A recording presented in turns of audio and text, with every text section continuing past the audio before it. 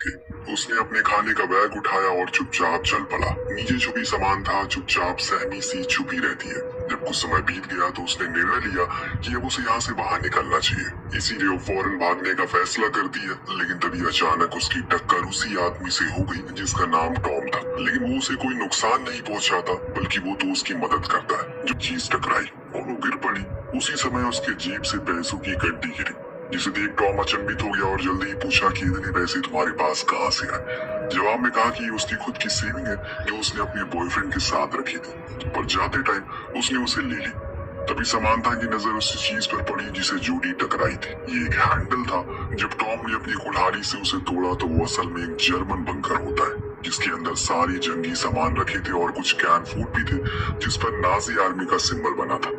यहाँ समांथा बताती है कि उसके पिता पहले युद्ध लड़े थे, इसीलिए उसके घरों में ऐसे सामान काफी आते जाते रहते हैं।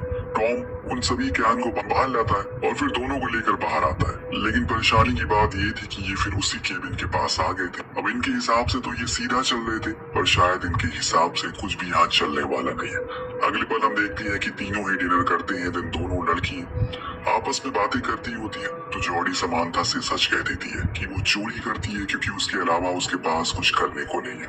वो पढ़ी लिखी नहीं है। समांथा ने उसे गुजारिश की क्या वो उन पैसों को दोबारा देख सकती है जो उसने लूटे थे, क्योंकि इतने पैसे उसने आज तक कभी नहीं देखे। तो जॉडी खुशी खुशी उसे वो पैसे दिखा देती है, जो देख उसे हंसी आ गई क्योंकि ऐसा लगा कि वो मजाक कर रही है, क्योंकि उस पर स्टार 1984 का था। उसके हिसाब से वो पैसे फ्यूचर। आखिर में बारी आई जॉडी की तो उसे भी वही फांसी वाला दिन याद आता है। यानी कि तीनों को ये अभी पता है कि वो मरने वाले हैं और कैसे कैसे मरने वाले हैं ये भी जानते हैं, पर अभी मरे नहीं। तो यानी कि ये तीनों अपना अतीत बदल सकते हैं। इस चीज के लिए टॉम इन्हें फौरन उसी जर्मन बंकर में लेकर जाता है, क्योंकि उसका मानना था कि ये सब हैंसमैन की मौत के बाद से ही शुरू हुआ था। तो हमें सबसे पहले उसे रोकना होगा। समांथा ने बताया कि उसके पिता की मौत 14 मई को हुई पोलैंड में एक एयर स्ट्राइक में, और आज 14 मई थी और जिस जगह ये खड़ी है वो पोलैंड ही है, यानी कि उनके पास मौका है। टॉम ने दिमाग लगाया और बताया कि अगर हैंसमैन की मौत नहीं होगी तो उसकी बीवी यानी कि समांथा की दूसरी शादी नहीं बल्कि बनकर। लेकिन जब वो वहां से बाहर निकली तो उसे केविन दिखा, जो अपनी दूसरी गर्लफ्रेंड के साथ वही काम को अंजाम देने वाला है, पर एक नई गर्लफ्रेंड के साथ, जिसका मतलब ये है टॉम कभी पैदा ही नहीं होगा क्योंकि जोडी केविन कभी मिली नहीं।